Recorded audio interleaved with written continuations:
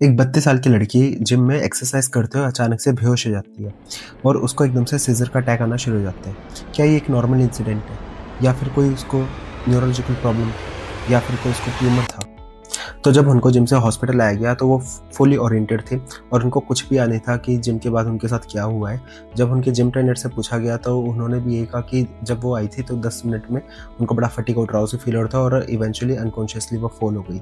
जब उनके हस्बैंड से उनके पास्ट मेडिकल हिस्ट्री के बारे में पूछा गया तो ऐसा कोई पास्ट हिस्ट्री भी नहीं थी, वो अल्कोहलिक भी नहीं थी, वो कोई मेडिकेशंस पे भी नहीं थी, एपिलेप्सी की पेशेंट भी नहीं थी। जो सीज़र एपिसोड था वो भी फॉर द फर्स्ट टाइम हुआ था।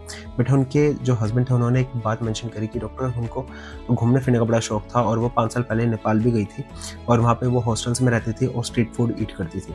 तो जब डॉक्टर्स ने उसका एमआरआई और सीटी हेड करवाया तो उसमें सीटी स्कैन में उनको रिंग एनहांसमेंट लीशंस देखने को मिले थे और जब उन्होंने उसको कंफर्म करने के लिए एमआरआई करा तो उसपे भी डॉट इन हॉल अपीयरेंस जो कि कैरेक्टरिस्टिक फाइंडिंग है फॉर द केस ऑफ न्यूरोसिस्टिक सर्कोसिस, तो वो उनको डायग्नोस किया गया।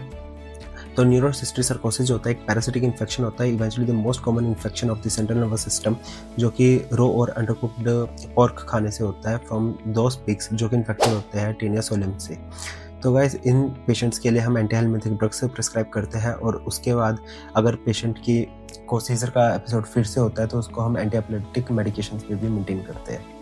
तो अगर ये रील आपको अच्छी लगी हो तो आप प्लीज़ लाइक कर देना, अपने मेडिकल दोस्तों के साथ शेयर कर देना और अगर आपने डायग्नोसिस पहले कर चुके थे तो let me know in the comment section.